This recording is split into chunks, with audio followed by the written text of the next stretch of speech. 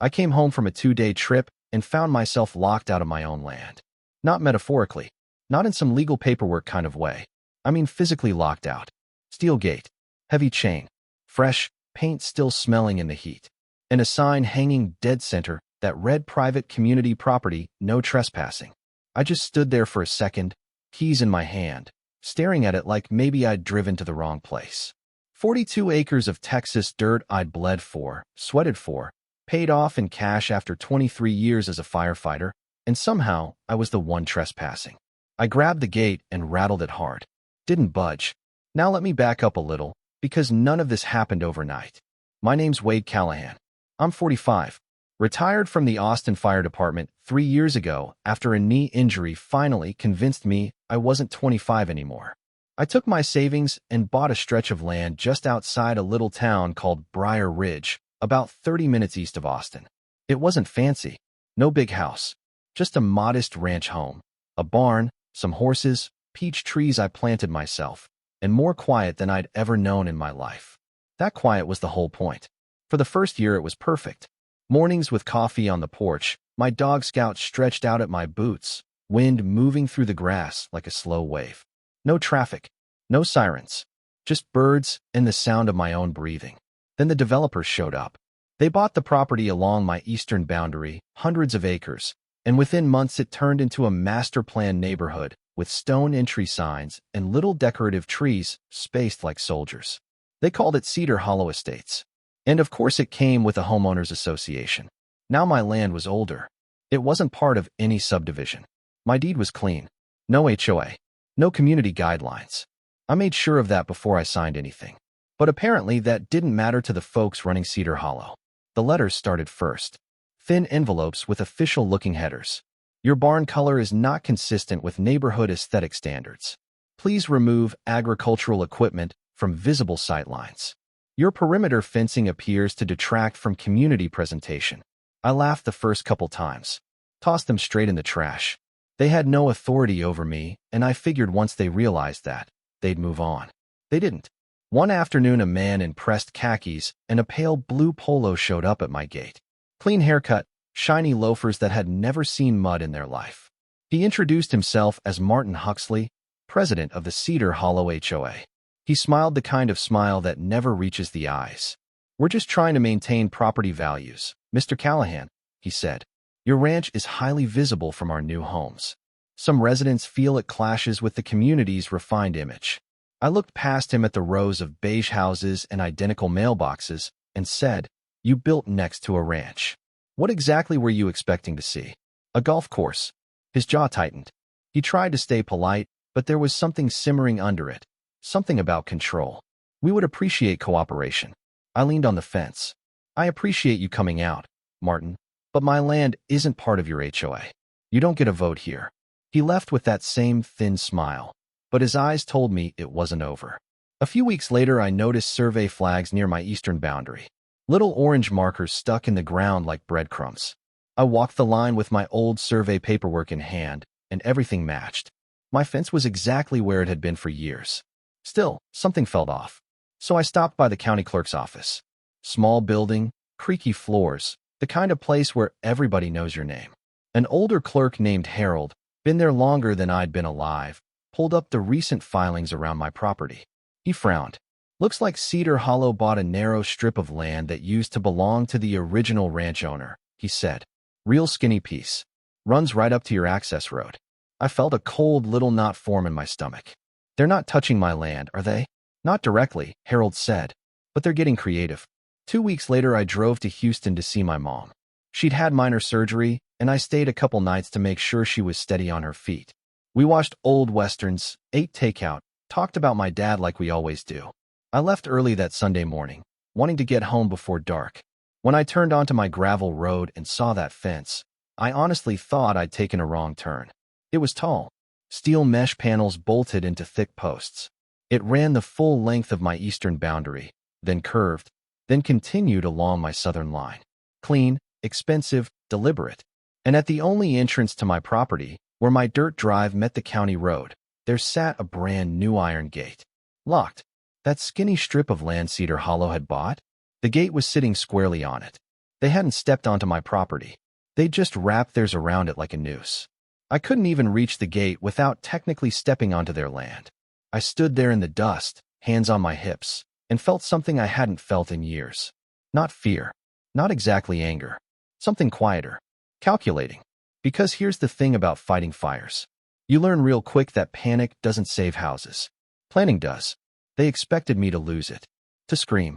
To call lawyers immediately. To make a scene. Instead, I got in my truck and drove into town. I called a friend of mine, Luis Moreno. Real estate guy. Smart as they come, and owed me a favor from when I helped him rebuild after a barn fire a few years back. Luis, I said, I need you to find out who owned that strip of land before Cedar Hollow bought it. He whistled low when I explained what happened. That's bold, he said. Find out if the seller has anything left nearby. 2 days later, he called me back, voice half amused, half impressed. You're not going to believe this, Wade. The guy who sold them that strip still owns another piece. Tiny. Runs behind the first one and connects to the county road. Looks like he kept it as an afterthought. I didn't even let him finish. Set up the paperwork, I said. I'll wire the money today. 3 days after that, I was the legal owner of the only land that connected Cedar Hollow's fancy new gate to the main road. And here's the kicker. The little utility shed they'd placed behind the gate to store maintenance equipment, and, as it turns out, the only physical key to that lock? That shed sat on my newly purchased property. I didn't say a word to them. Not yet. Because sometimes the best move isn't loud. It's patient. And what happened next? Well, that's when things really started to unravel. I waited for the right moment. Cedar Hollow loved their events. Ribbon cuttings, wine tastings, family picnics by the clubhouse pond. They were big on optics, big on curated happiness. So when I heard they were hosting their annual spring social that Saturday, I figured that was as good a stage as any. That morning I put on a clean pair of jeans, boots I'd had since my fire academy days, and drove down to the edge of my new strip of land. They decorated the entrance with balloons and banners that read "Building Community Together." Golf carts buzzed around like little mechanical beetles, residents carrying casserole dishes and folding chairs. I parked my old F-250 right where my property line cut across the back of their freshly paved access road. Then I stepped out and started hammering a wooden sign into the ground. Private property. No trespassing. Owner, Wade Callahan. It took maybe 30 seconds before I felt eyes on me. Martin Huxley came striding across the pavement, face already flushed. He still had that polished look, but the smile was gone. What do you think you're doing? He snapped. I kept hammering until the post was steady. Just marking my land, I said. This roadway belongs to Cedar Hollow Estates. I shook my head and pulled a folded document from my back pocket. Not this part. He stared at the deed like it was written in another language. That's impossible. No, I said calmly. It's recorded with the county. You might want to update your maps. For a split second I saw something crack in him. Not confusion. Not embarrassment. Fear. Because he knew what that meant. Without access across my strip, that gate of theirs was just a very expensive decoration. I walked over to the utility shed behind the gate, unlocked it with my new key, and stepped inside. On a small hook by the wall hung a single brass key labeled Main Gate. I held it up between two fingers. Guess I'll be coming and going as I please. He didn't try to stop me. He just stood there, jaw tight, as I unlocked the gate from my side and drove through onto my ranch for the first time in a week. I thought maybe that would be the end of it. Maybe they'd swallow their pride, and we'd all move on. I underestimated how far pride will go when it's tied to money. The following Monday, a convoy of SUVs rolled down my drive. Not golf carts this time. Real vehicles. Out stepped Martin, 2 other board members, and a woman in a navy suit carrying a leather portfolio. She introduced herself as Rebecca Sloan, legal counsel for Cedar Hollow. Mr. Callahan, she said evenly, you are currently situated inside the secured perimeter of our community. The board has submitted a petition to the county to reclassify your property as internal green space. I laughed because I honestly thought she was joking. You're trying to turn my ranch into a park. Not a park, she corrected. A managed natural buffer zone. Once reclassified, your land would fall under community governance. Without my consent. It's a zoning matter, she said. That was when I stopped laughing. You fenced me in, and now you're trying to legislate me out of my own land. Martin stepped forward, voice clipped. This is about cohesion. Property values. You're disrupting the aesthetic. I pulled my phone out and dialed my cousin Caleb, land use attorney in Austin. Smart, calm, relentless. I put him on speaker. You have about 3 seconds to step off my client's property before I file criminal trespass charges, Caleb said without missing a beat after I explained the situation. And if you continue pursuing forced reclassification, we will counter with claims of unlawful enclosure and harassment. Rebecca's professional calm flickered. She tried to argue statutes, but Caleb cited codes right back at her, chapter and verse. They left that day, but I could feel it. The temperature had changed. That night, I heard engines beyond the fence line. I grabbed a flashlight and walked the northern edge of my property. On their side of the fence, 3 men in reflective vests were digging a trench. "What are you boys building?" I called out. They froze. One of them muttered into a radio. "Keep working," a voice crackled back. By sunrise, they'd carved out the beginning of a secondary access point, a makeshift road running parallel to my new strip.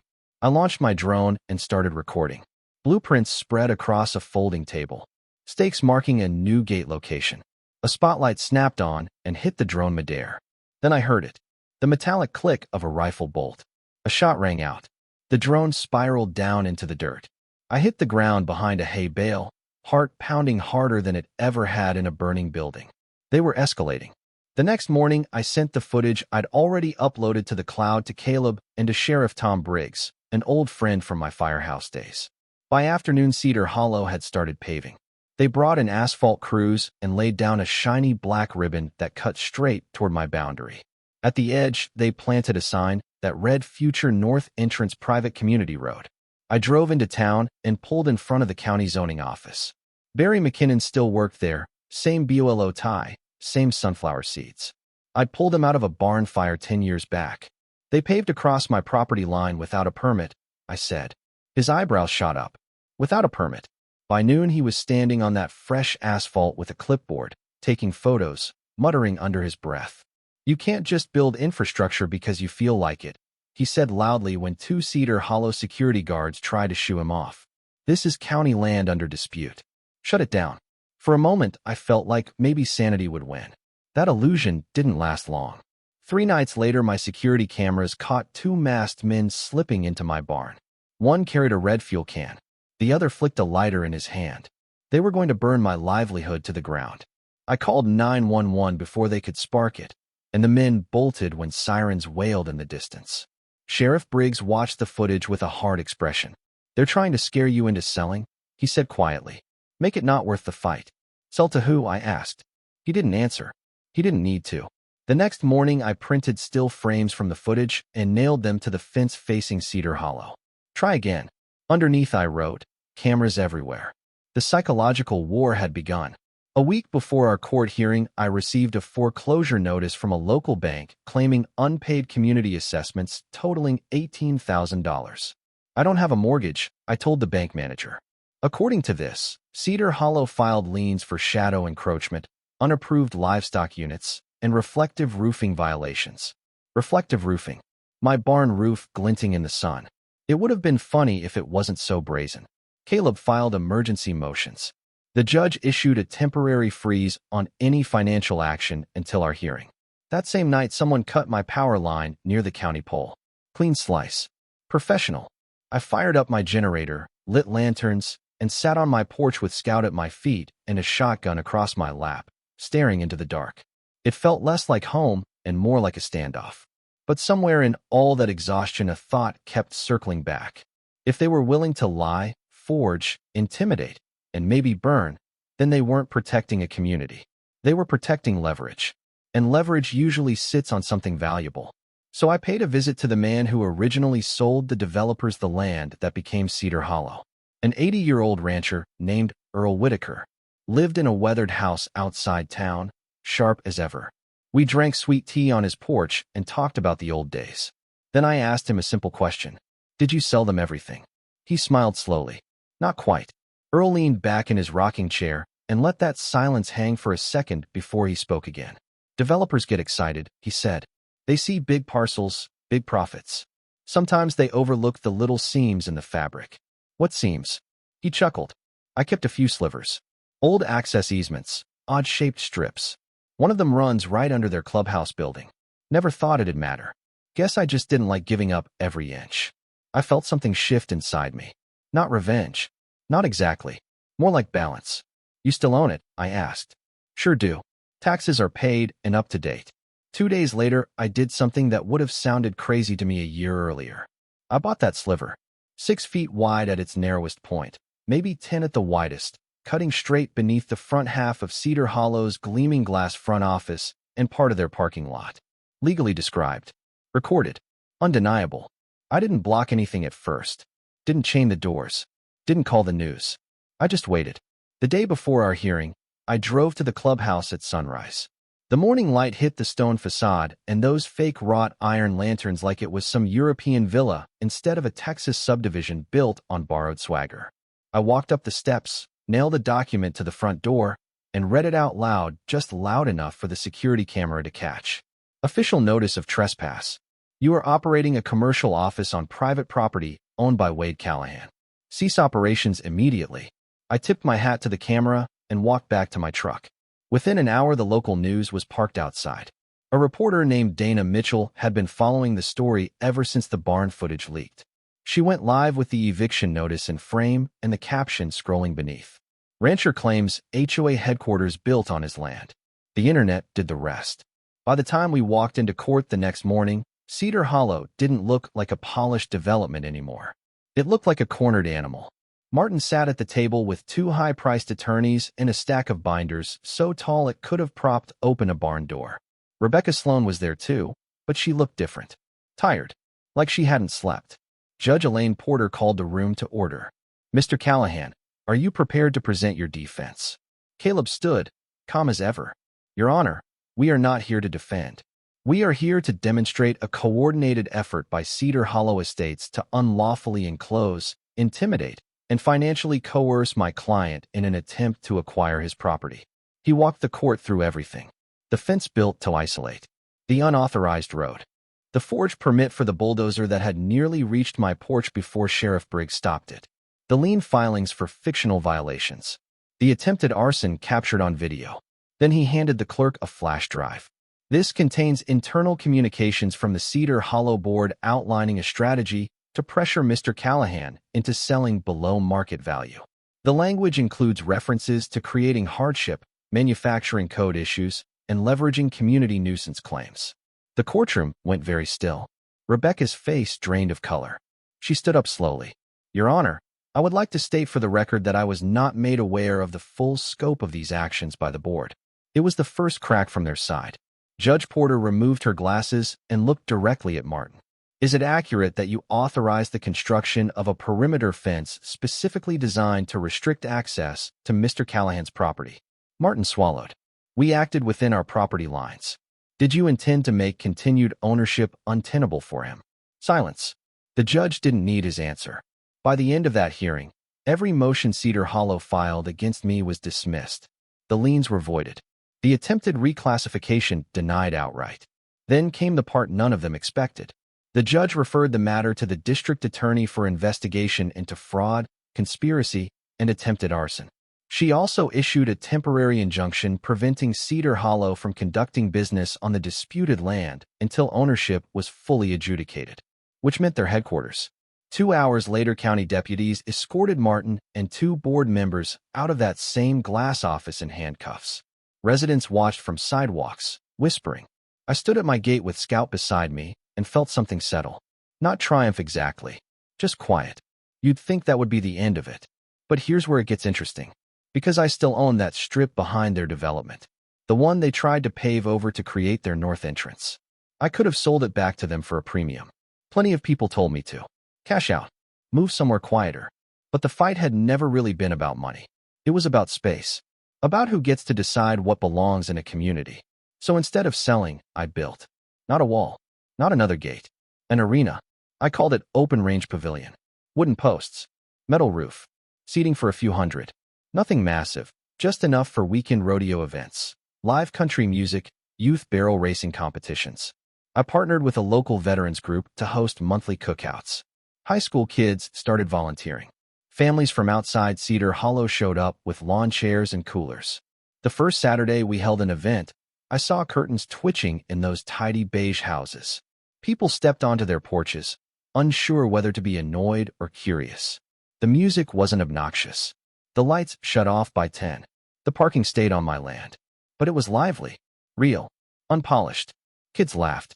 Horses snorted. Someone burned burgers, and nobody cared. A month later, I got a letter in the mail from Cedar Hollow's new interim board president, a young woman named Lila Grant. She wrote that the previous leadership had pursued growth at the expense of neighborly respect. She apologized. She asked if there might be room for cooperation moving forward. I read it twice. Then I set it on the kitchen counter and poured myself a cup of coffee. Here's the truth. They weren't villains in some cartoon sense. They were people who believed order meant control, that uniformity meant safety, that anything outside their curated image was a threat. And I wasn't entirely innocent either. I could have ignored the first letters with more grace. I could have met them halfway on something small just to keep the temperature down. But once lines get crossed, they're hard to redraw. The arena still stands. Cedar Hollow still stands. On summer evenings, you can hear distant applause from my side of the fence and the soft hum of sprinklers from theirs. Sometimes a few residents wander over. Quietly at first, then less quietly. Turns out most folks don't actually hate a little dust and noise. They just follow whoever sounds confident. So here's my question for you. Was I right to push back the way I did? To escalate? To expose them publicly and build something that reminded them every weekend that they don't control everything? Or should I have taken the high road sooner? Sold the strip back?